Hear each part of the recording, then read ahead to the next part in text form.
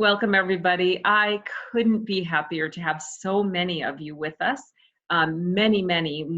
Couple hundred people signed up to join me for this webinar today, which is just thrilling to me because I am so passionate about sharing mindful eating with the world. And really, the mission here at Am I Hungry is to change the way the world thinks about eating. But I cannot do that alone. It requires us to have an entire grassroots effort of people who are as passionate about mindful eating as I am. So thank you so much for being here. My name is Dr. Michelle May. I am a recovered yo-yo dieter and the founder of Am I Hungry Mindful Eating Programs and Training. I was a family physician and for many years did both mindful eating and family medicine, but eventually decided to focus my attention on Am I Hungry with the purpose of reaching as many people as we possibly could. I am also the author of the Eat What You Love, Love What You Eat book series, on which all of our programs are based. So Am I Hungry Mindful Eating Programs and Training, for those who don't know, we've been around since 1999. We've been offering initially a general mindful eating program for people who were struggling with yo-yo dieting. Eventually, we added mindful eating for diabetes, mindful eating for binge eating, and others, which I'll talk about more in a moment. But if you would allow me, I'd just like to briefly share my story with you. I think sometimes our own personal struggles become the greatest fuel for our passions. They become the thing that really sets us apart and gives us the energy, the stamina, the desire, the passion for doing great things in the world. And so I'd like to think that perhaps some of my own struggles have done that for me. I began yo-yo dieting before I was really even a teenager. And for those of you who don't know my backstory, I dieted all the way through high school. I dieted into college, where I was a psychology major, and into medical school, and then into my practice. And I think when you're a health and wellness professional, as many of you are, and you have this secret struggle with food, I think there is another level of shame that comes with that. And for me, I really felt like I should know better. I should know what to do. I had all the information. Maybe there was something deeply flawed within me. But as I began to talk to a lot of my patients about these issues and many of my colleagues, it became clear that it wasn't just me and that many of us struggle with this cycle of dieting and weight obsession and shame and guilt and starting the whole thing over again. And that just seemed to me that if so many of us were struggling, that maybe we were missing something in this whole picture. And that's really what fueled me to develop Am I Hungry and the programs that we now offer. And so I think many of us as health and wellness professionals, we know how to help people eat less and exercise more. We give this advice all the time. And yet many of our patients and clients continue to struggle. And that can create conflict between us and our patients, especially if we don't yet understand that these methods are really ineffective. And in fact, what happens is when we give these eat less, exercise more messages, many times we come across as completely disconnected from what's really happening for our patients and clients. I think that it adds more shame onto what they're already experiencing, and it makes us feel ineffective and perhaps even sad and ashamed about our own lack of skills. I think this whole process is a cultural phenomenon that's only become worse with social media and all of our obsession with diet and exercise and health and lifestyle change. And what's happened for many of us is we've developed this love-hate relationship with food. Our eating becomes mindless, it's consuming and guilt-inducing. And so we're not able to love the foods that we eat, and we certainly don't feel good about eating the foods that we love. And I think that this cycle has really fueled something that I call the eat, repent, repeat cycle, where people eat what they feel maybe they shouldn't be eating, and then afterward they feel guilty, and so they repent. Either they skip a meal or go on a new diet or go to the gym or whatever it is that they repent, however it is that they repent, and then that ultimately can't be sustained, and so they repeat that cycle over and over again. And I really have come to the conclusion for myself and many of the people that I work with that this missing piece is, why am I doing what I'm doing? What are the underlying drivers for my decisions?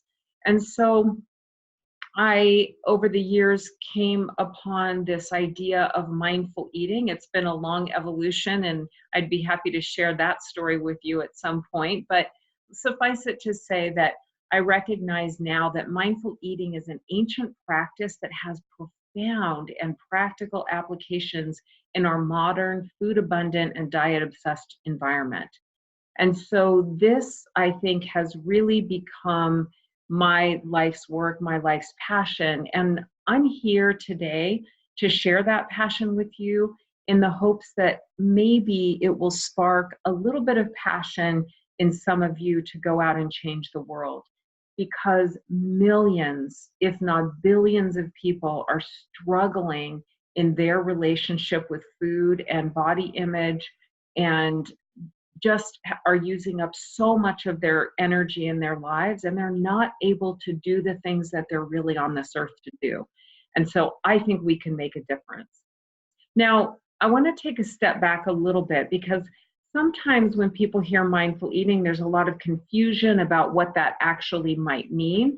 I was a psychology major, as I mentioned before, and I really find that mindful eating is really based on some very simple ideas. So here's a simple way of looking at this big picture. When we are mindless, in other words, when we are out of our mind, we're not present, we're not thinking consciously about our decisions, then of course we move about the world, and in our food abundant environment, we face hundreds of triggers on a regular basis. So if we're at the movies, maybe we've developed a pattern of eating popcorn, of course. And so when we're mindless, we have no choice but to react to these triggers that we face over and over again. In other words, we react. We react out the past because, of course, when we're not present, when we're not mindful, we have no choice but to react out the past because we can't make conscious decisions.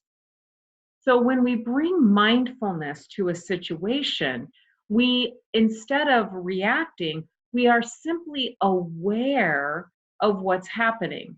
So we pause for a moment and say, that's interesting. Here I am at the movie theater and I'm wanting to eat popcorn. We just had dinner before we got here. Why am I feeling like having popcorn? And at that point, we can recognize that this may be some habitual habit or habit that we have developed over the years of having popcorn at the movies. Now, we might still have popcorn at the movies. Don't get me wrong. Mindfulness is not just another diet that prevents us from eating the foods that we love. It's simply about making a conscious decision so that we can respond to situations instead of reacting mindlessly and habitually. So this is how mindfulness gives us response ability. Now, the cornerstones of mindfulness, among others, are awareness, non-judgment, curiosity, being present, letting go of outcomes, and acceptance.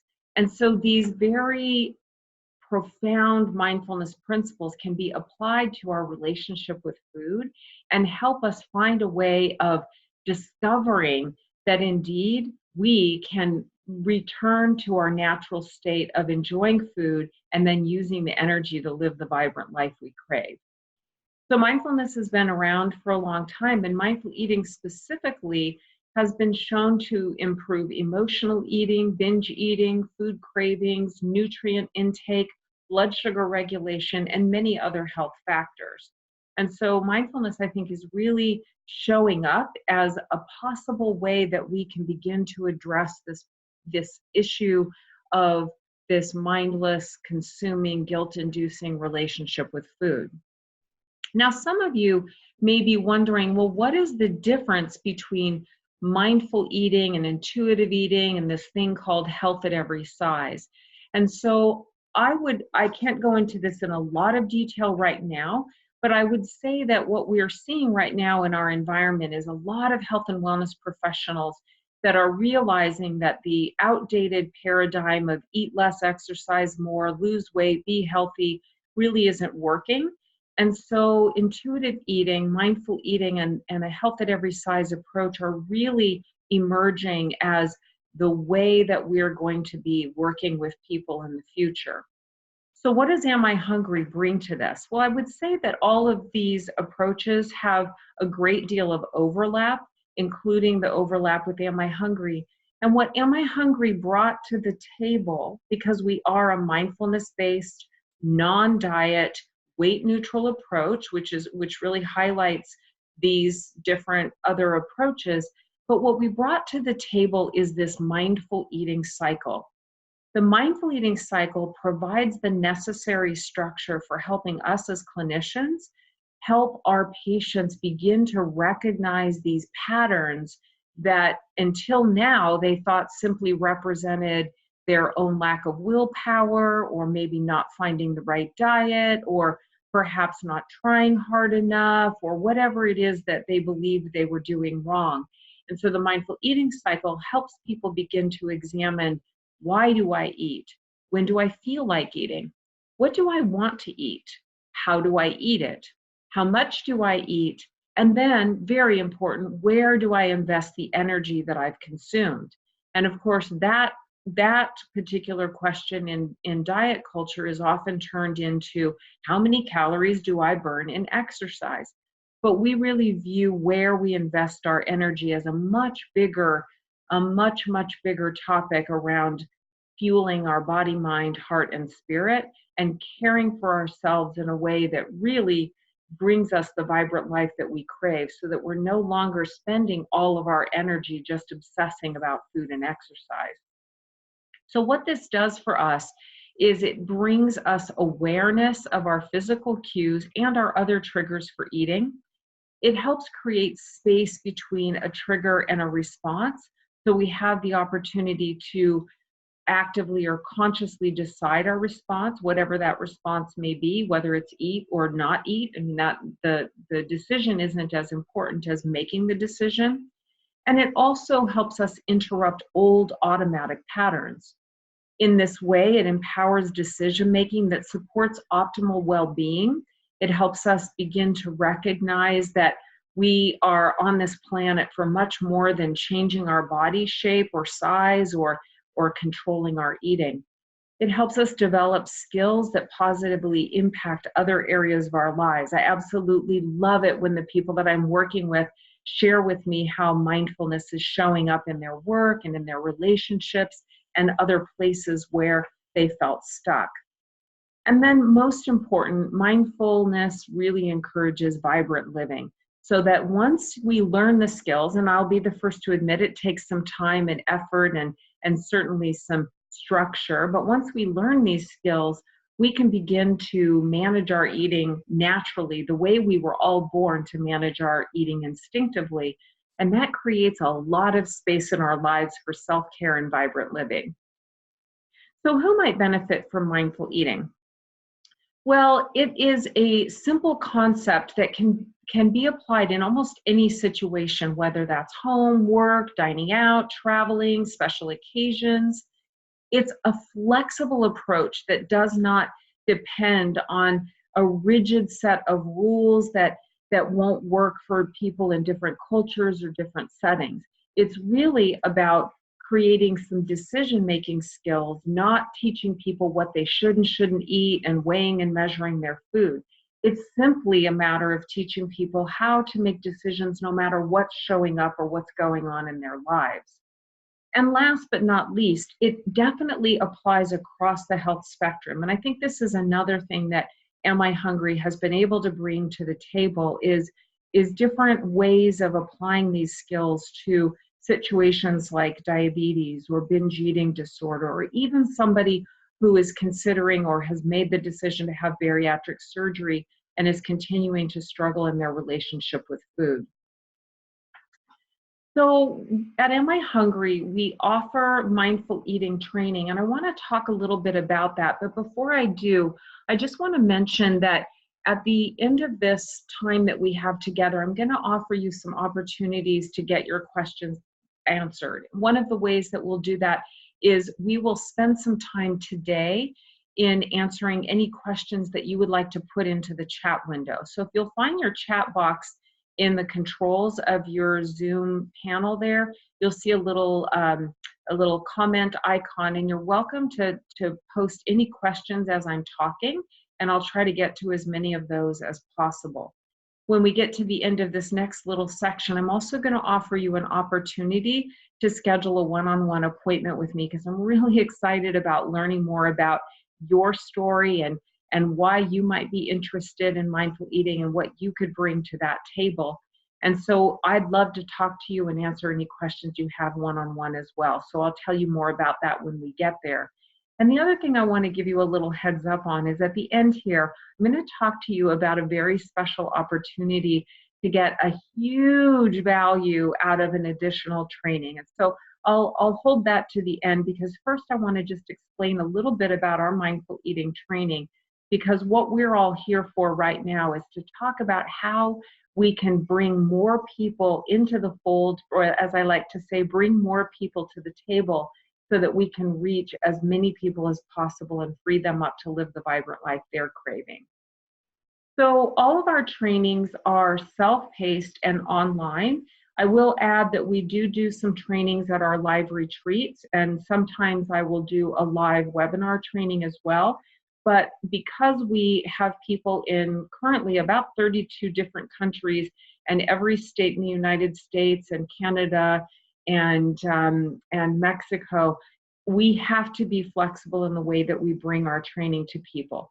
You're busy health and wellness professionals, and you've got other things going on. And so our goal with training was to make it as approachable and as flexible and as practical as possible. So we put all of our training online so that you can access it at a time that's convenient for you, not at a time that's convenient for me. We also offer continuing education credits, so that will help those of you who need those. Unfortunately, we don't have credits for every possible health and wellness professional represented, because we do a lot of interdisciplinary training, but we will provide for you the objectives and help provide support for any documentation that you need if you need to document other credits. And we're always looking at other continuing education credit opportunities as well. Currently, we offer credits for psychologists through the APA, dietitians through CDR, coaches through Well Coaches, nurses through the American Holistic Nursing Association, and Yoga Alliance for those who do our yoga training. Not all credits are available for all of our training programs. It depends on what the program is and how applicable it is. But I have a place in all of our information packets and on our website where you'll find all the details about those continuing education credit opportunities. Let me talk briefly about our training materials. We developed a comprehensive program where you get everything that you need. Our goal was to provide everything so that this was really a turnkey operation for you. We offer training for our mindful eating program. That was our foundational program, and everything built from there. I developed the mindful eating cycle as part of that mindful eating program. That mindful eating cycle appears in all of my books, nearly all of my presentations, and it is the foundation of our training. So each of the training modules is based on one decision point of the mindful eating cycle: why, when, where, what, how much, and oh, I said where out of order. But generally, by learning the foundational mindful eating cycle principles, you can move from one training to another training very easily because it's all there. So our mindful eating for diabetes training also uses the mindful eating cycle, but adds the additional pieces of diabetes education and self-management. We offer mindful eating for binge eating. This particular training is really for therapists and eating disorder treatment teams. So an individual who wants to do this training really needs to have a therapist, either be a therapist or have a therapist on your team, because we use this as a therapeutic approach. Mindful eating for bariatric surgery is designed for people who are considering bariatric surgery and have struggled with their own relationship with food, or those who have already had bariatric surgery and find that they're still struggling. Mindful eating for students is for instructors at university and college levels, maybe junior, senior high school levels as well. And it provides a curriculum that can be taught in a classroom format and includes homework assignments and all of the objectives and everything that you would need for that. Our newest program is Mindful Eating for Yoga. In this program, we take our base mindful eating program and we add yoga practices for those of you who are yoga instructors and want to offer some mindful eating programming within your own yoga studio or your own yoga classes. And then we also offer mindful eating coaching for those of you who work one-on-one, whether you're actually a certified coach or you work with people as a dietitian, a physician, a nurse, or any other individual health and wellness professional. Our mindful eating coaching program is an add-on to all of the other programs, so that once you've trained in any of those programs, the mindful eating coaching shows you how to apply it in a one-on-one situation, not just group workshops and programs. So the program materials, and I'll use the mindful eating program to talk about each of these very briefly. They include a detailed facilitator guide, and it is keyed to the book and the workbook that's included with the training. And then, of course, as I mentioned, everything is online, so you'll get to watch the webinars that I facilitate, and depending on what the webinar is, there may be another facilitator. For example, Migrat Fletcher, the co-founder for the Center for Mindful Eating, is my co-facilitator in the diabetes program. The facilitator guide has workshop guides that include lesson plans and notes section where you can find all the other tools that you'll need. So they're keyed right there to the book and the workbook, so you can easily find the page number that it's referring to. We offer in-class activities, details about how to do that, as well as some supplemental training on how to effectively run group workshops.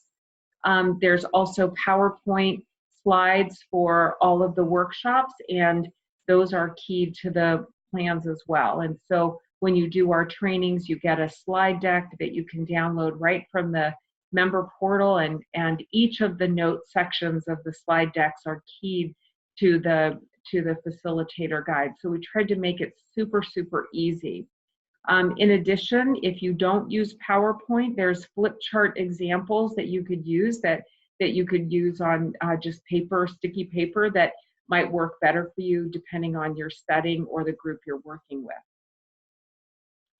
So all of these trainings and tools are available online in our member portal. That's amihungry.net. You have to have a username and password to log in, but when you log in there, you'll be able to see the webinars, watch those there, and of course you can watch them as many times as you want.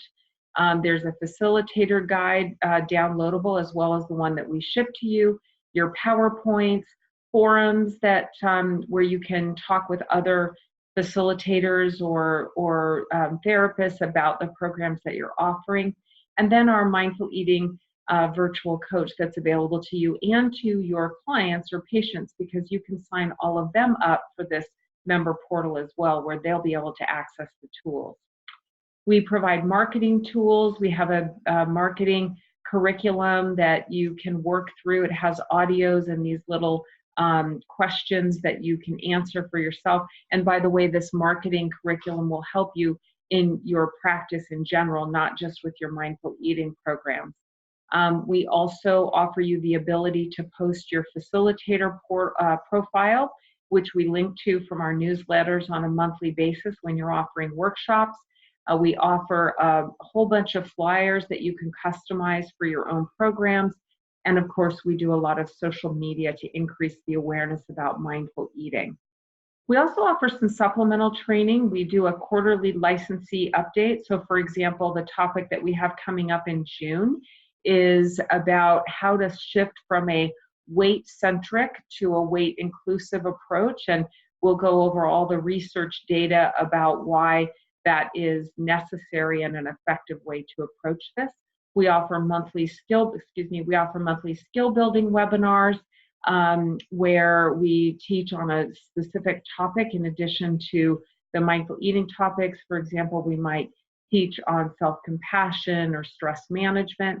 We offer team support. Those of you who've had a chance to interact with Sarah already know that she is available and very happy to answer questions, from technical questions to how-tos, or to put you in touch with me if that's what's needed. And of course, we offer workplace wellness tools for those of you who are working in organizations. There's loads of things that you can access there, as well as specialized marketing training, like how to do social media, for example. I want to answer any questions that you may have. I'll take a look here and see what we have in our chat box. But I also want to let you know that you can sign up for a time slot to meet with me for 15 minutes individually. I'd love to learn more about what you're doing in your practice and what your intentions and dreams are, and see if this might be a fit for you in your future development, your personal and professional development.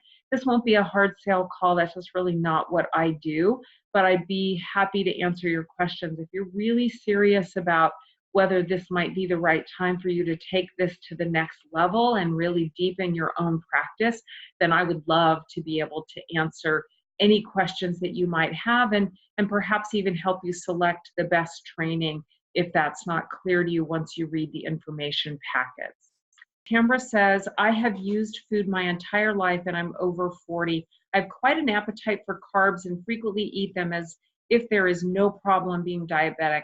I've tried this and failed to notice any hunger signals. Head hunger is very strong. Do you have any recommendations? Ooh, thank you. That's a beautiful question. Actually, I think a lot of times people hear this name, am I hungry? And they think, gosh, okay, so I'm just going to ask myself if I'm hungry and see what happens.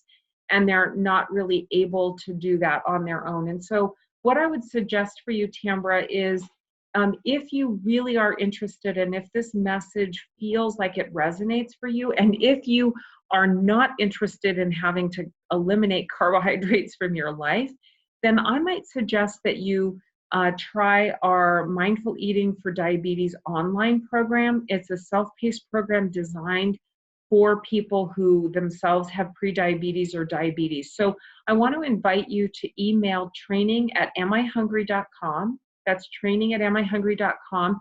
Let her know that you would like the link for the Mindful Eating for Diabetes program, and I'll send you that link. And I'll also send you a $40 coupon that you can get $40 off that program. So just do that today, and Sarah will send that to me right away. Let's see, Jane says, I am an HCI graduate, a BHC HCI graduate, and use your advanced nutrition course. Are any of your courses suitable to add on after this? Oh yeah, great, Jane. Yes, wonderful. So HCI is a health coaching course that is teaching basic health coaching skills. We designed a very basic emotional eating curriculum for them. It was never intended to be comprehensive. We have a lot more detail that I would love for you to learn if you have found that little taster course to be beneficial.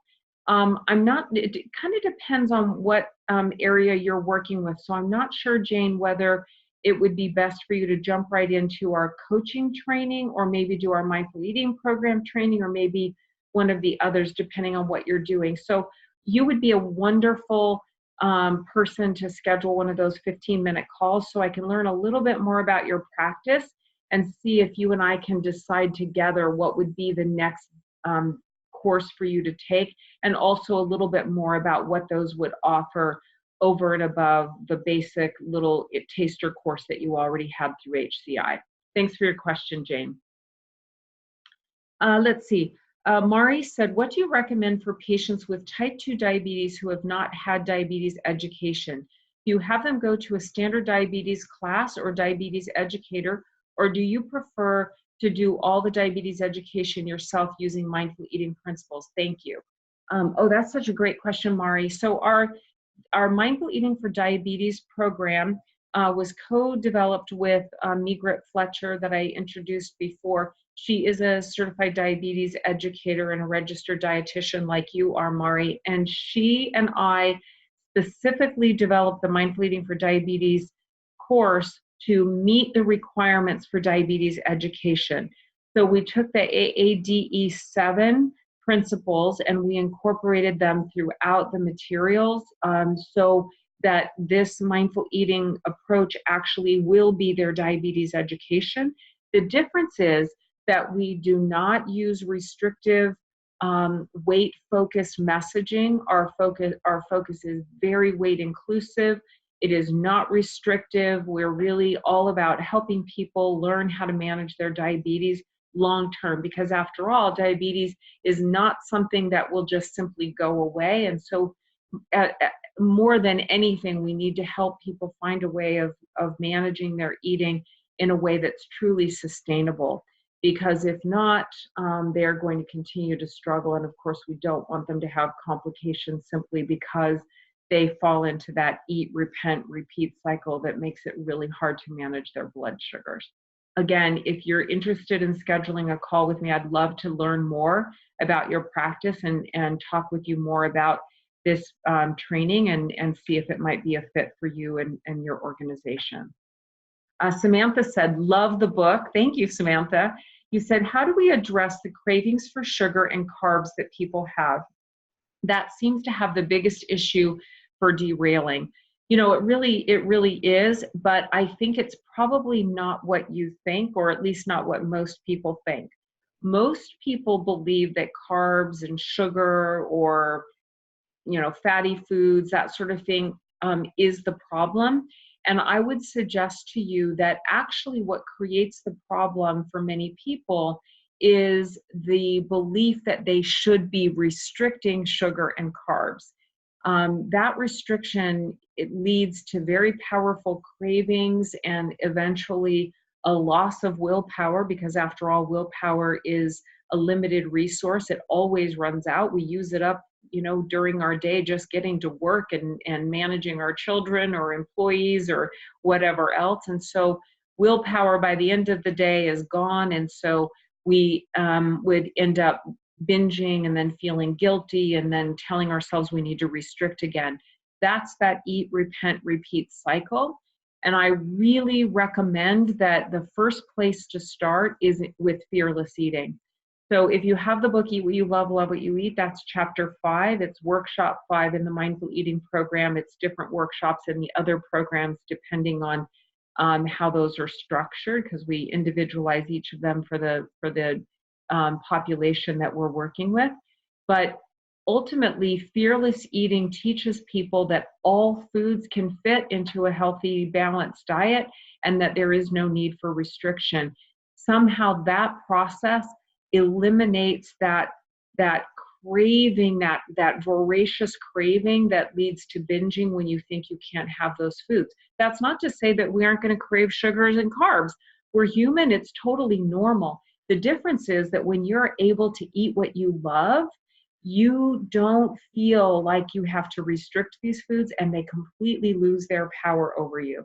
This is one of the most amazing things that I've witnessed over and over and over again in my workshops and retreats and trainings, is how people who thought they were addicted to certain foods find that they're able to keep ice cream in their freezer with no problem anymore. They get to enjoy it. They don't have to eliminate it, but they no longer feel the urge to eat an entire gallon. So I would certainly be happy to talk with you more about that if you want, but that is certainly a key message that we have in all of our training programs. Even when somebody has diabetes or has had bariatric surgery, we really believe that food should not be restricted because it has these unfortunate consequences. Let's see.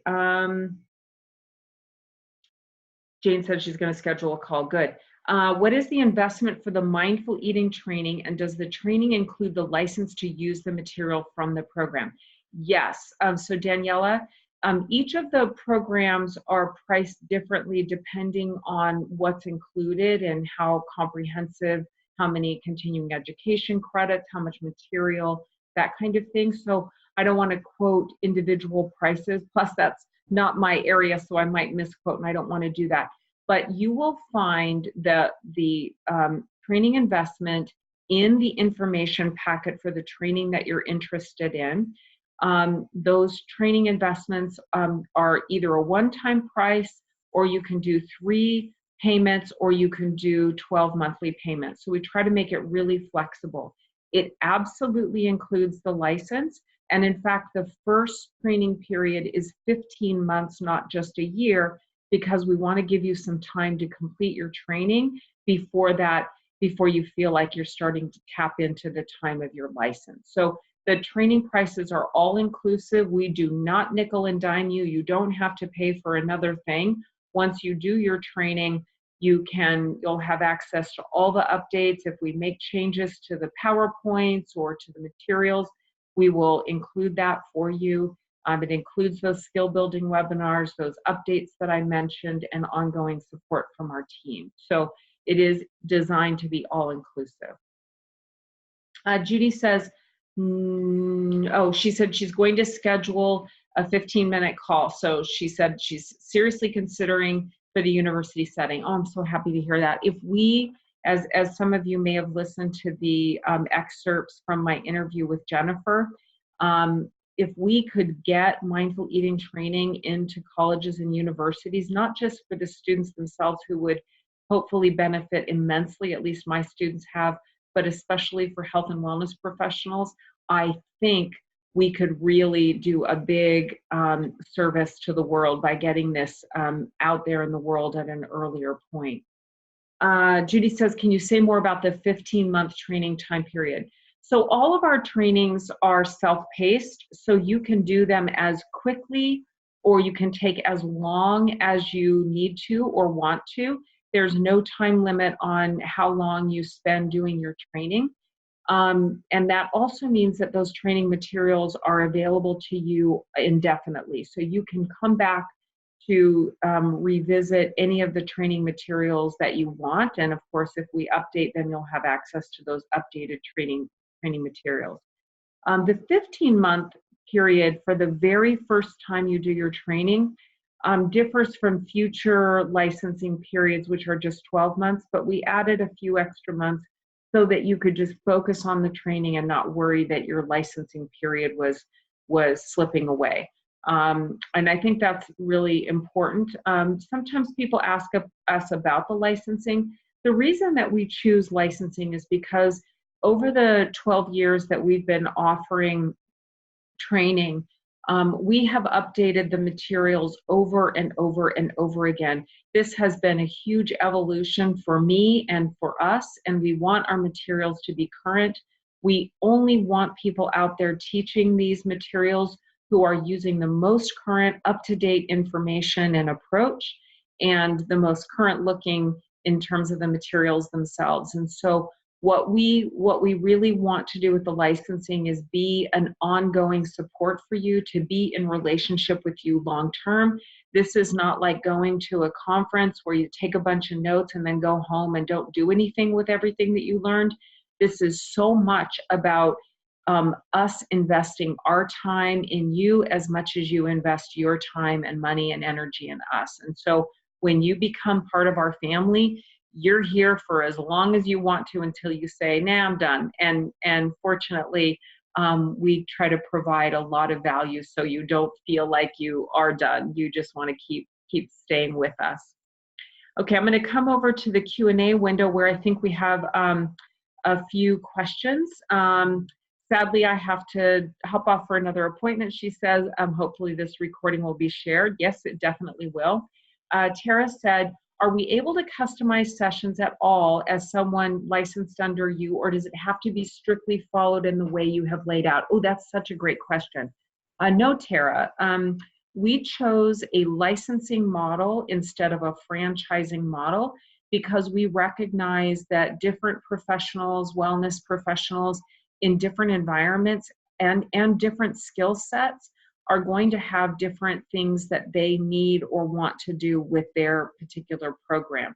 So what we tried to do was provide a base program that anybody could learn and then operate in their setting if they wanted to. But if you need to make a change, maybe there's something different about the way you do it. Here's an example. Maybe you're an exercise specialist. Maybe you're a personal trainer and you want to add some exercise sessions on a weekly basis to give people an opportunity to practice some mindful movement.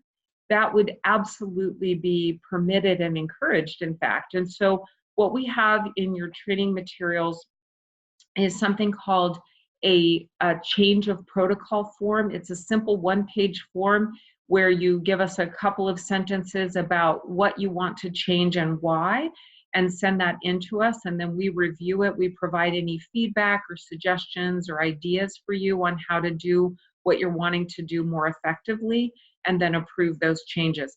I can't think of any changes we haven't approved. There's been occasions when we've provided some suggestions to make the changes more effective, but other than that, it's really just a matter of us keeping track of what you're doing. And sometimes we get great ideas. Sometimes we'll collaborate with somebody to make something available to all of our licensees because it just seems like an awesome opportunity. For example, I've got some licensees right now who are wanting to offer this in a weekend format. So I shared the schedule that I use when I offer a weekend intensive. And so that's available to people. It is a change to the way that the program is designed, but we certainly encourage you to do whatever it is that you feel would be best for the people that you're working with. Let's see, we got that. Okay, and I see a thank you. And I'm going to read the rest of Judy's question here in a moment because she said she's going to schedule a call. Let me see. Oh, she's asking about employees as well. And so I mentioned that briefly earlier, and I want to talk a little bit more about it here, but I'm happy to talk to you about your details because I see you've got some specific things, and I know many of you do have specific settings that you want to discuss with me, which I'd love to. But generally, we do offer a lot of workplace wellness programs around mindful eating. And so we have some materials, some marketing materials, some discussion about different formats, how do employees or pay for that, or how do employers charge for that if they're going to. We also have a partner, a workplace wellness partner that we work with to help with making those contacts with workplaces if needed. So we really encourage this because I think workplaces are a wonderful way to deliver this content. If you have questions, please schedule a call with me. You are welcome to email us at training@amihungry.com, and we'll be happy to find another time if one of the times that I've set aside doesn't work for you, because really this is all about trying to make sure that you've gotten your questions answered and have decided whether this is something that fits for you to take it to the next level. Very good. Daniela says, thank you so much. Wonderful program. You're very welcome, Daniela. Judy, you're welcome. Thanks for a great call, she says. I just want to repeat, even if you don't do our training, the fact that you're interested in mindful eating says to me that we are making a difference in the world, and that really that this wave, the crest of this wave is growing, and that there are so many more of you who understand that a mindfulness-based, non-diet, weight-neutral approach is really the wave of the future. And so I'm so glad to have so many health and wellness professionals who are interested in taking that next step, and we'll do whatever we can to support you in your efforts. Thank you, everybody. I really appreciate you being here with me today, and I look forward to talking to many of you in a one-on-one setting. Take care. Bye-bye.